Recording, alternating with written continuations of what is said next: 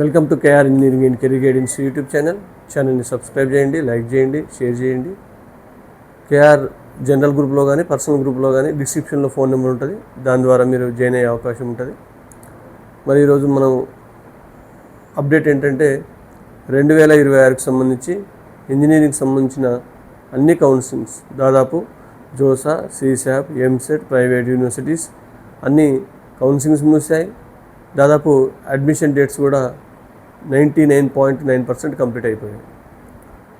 మరి విద్యార్థులందరికీ 2026లో మన గ్రూప్స్లో ఉన్న విద్యార్థులందరికీ, కొత్తగా ఇంజనీరింగ్ జాయిన్ అయిన వివిధ ఇంజనీరింగ్ విద్యా సంస్థల్లో జాయిన్ అయిన విద్యార్థులందరికీ శుభాకాంక్షలు మరియు ఆల్ ద బెస్ట్ తెలియజేస్తూ ఉన్నాను.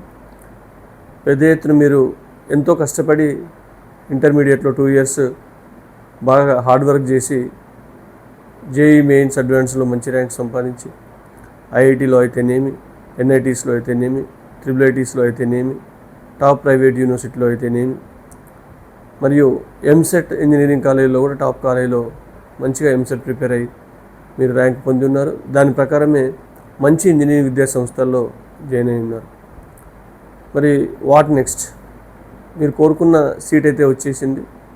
మరి వచ్చిన తర్వాత ఏదైతే మీరు కష్టపడి సీట్ సంపాదించారో దాన్ని పూర్తిగా బాధ్యతాయుతంగా దాన్ని నిలుపుకోవాల్సిన అవసరం అయితే నిజంగా స్టూడెంట్స్పై, ఇంజనీరింగ్ యాస్పిరెంట్స్పై ఉండింది.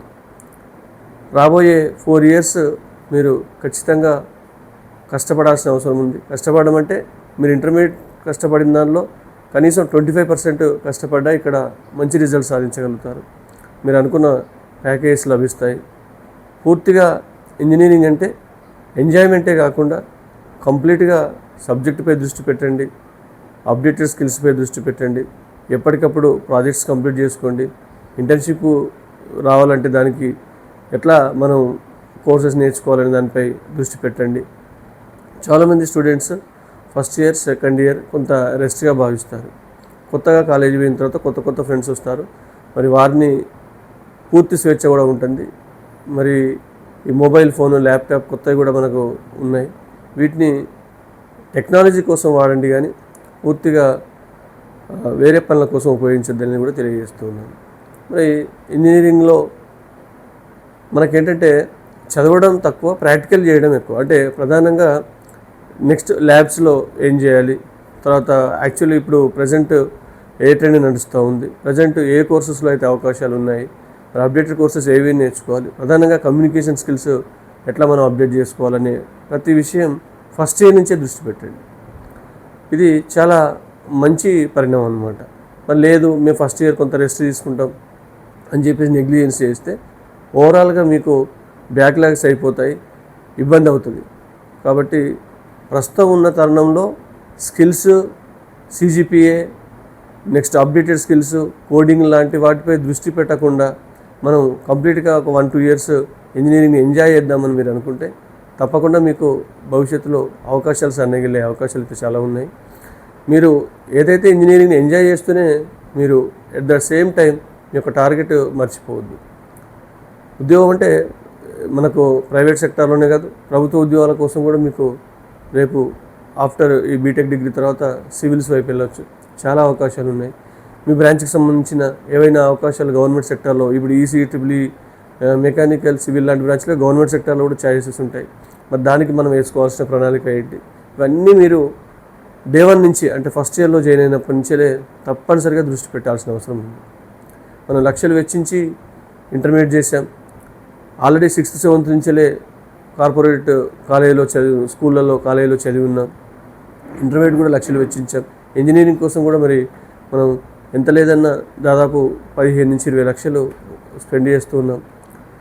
మరి వీటికి మీరు సార్థకం చేయాలంటే తప్పకుండా ఈ 4 years కష్టపడాల్సిన అవసరం ఎంతైనా ఉందనే విషయాన్ని కూడా యాస్పిరెంట్స్ తెలియజేస్తూ, మరి సంతోషమే మీరందరూ మంచి ఇన్స్టిట్యూషన్లో జాయిన్ అయ్యారు. మరి మీకు ఆల్రెడీ ఎంతో కష్టపడితే కానీ ర్యాంక్ కొట్టగలిగారు. మరి ఆ ర్యాంక్ కొట్టిన మీ యొక్క నాలెడ్జ్ను ఇక్కడ కూడా ఇంజనీరింగ్లో ఉపయోగించి మీరు ఏ బ్రాంచ్ తీసుకున్నా ఆ బ్రాంచ్పై ప్రధానంగా ఇంట్రెస్ట్ పెట్టండి. కొంతమంది మేము ఒక బ్రాంచ్ ఒక బ్రాంచ్ అనుకోవచ్చు. మీరు సరే పర్లేదు, మీరు ఆల్రెడీ జాయిన్ అయిపోయారు, ఏ బ్రాంచ్ వచ్చినా ఆ బ్రాంచ్పై సంపూర్ణమైన అవగాహన పెంపొందించుకోవాల్సిన అవసరం ఉంది. ప్రధానంగా అటెండెన్స్ విషయంలో 90% అటెండెన్స్ ఉండేలా ప్రయత్నం చేయండి. మరి ఈసారి బయోమెట్రిక్ సిస్టమ్ ఎప్పుడూ ఉంది, కానీ ఈసారి 75% కంపల్సరీ అంటున్నారు. కాబట్టి మీరు ఒకవేళ నెగ్లిజెన్స్ చేస్తే మీకు పరీక్షలు కూడా అనుమతించే అవకాశం కూడా ఉండకపోవచ్చు. మరి ఫీజు రీయింబర్స్మెంట్ కూడా దాన్ని ప్రాతిపదికనే చేస్తామని అంటున్నారు. ఒకవేళ అలా చేస్తే మీకు ఫీజు రీయింబర్స్మెంట్ కూడా నెక్స్ట్ ఇయర్కి వచ్చే అవకాశం ఉండదు. కాబట్టి ఇవన్నీ బేరీజ్ వేసుకొని పూర్తిగా ఎక్కువ సమయం మీరు మీ యొక్క ఎంజాయ్మెంట్ చేస్తూనే ఈ యొక్క టార్గెట్ పెట్టుకొని డే 1 నుంచి కష్టపడాలని విద్యార్థులకు తెలియజేయడం జరుగుతుంది. కమ్యూనికేషన్ స్కిల్స్పై కూడా దృష్టి పెట్టండి. చాలా వరకు ఇవి కూడా ఇంపార్టెంట్. మనకి ఎంత సబ్జెక్ట్ ఉండి ఎంత అప్డేటెడ్ స్కిల్స్ నేర్చుకున్నా మనం రేపు క్యాంపస్ ఇంటర్వ్యూలో కమ్యూనికేట్ చేయకపోతే మనకు ఉద్యోగ అవకాశాలు కూడా ఉండవు. కాబట్టి వాటిపై కూడా ఎక్కువ దృష్టి పెట్టాలని మనకు స్టూడెంట్స్కి విన్నవించుకోవడం జరుగుతుంది. మీ పేరెంట్స్ మీ మీద ఎన్నో హోప్స్ పెట్టుకున్నారు. కాబట్టి వారి ఆశలను వమ్ము చేయకుండా రాబోయే 4 years బాగా హార్డ్ వర్క్ చేసి కష్టపడి మీరు మంచి CGPAతో మొదటి ఇయర్ నుంచే దాన్ని సస్టైన్ చేస్తూ మంచి ఉద్యోగాల్లో భవిష్యత్తులో జాయిన్ అవ్వాలని మనస్ఫూర్తిగా కోరుకుంటూ ముగిస్తున్నాను. Thank you.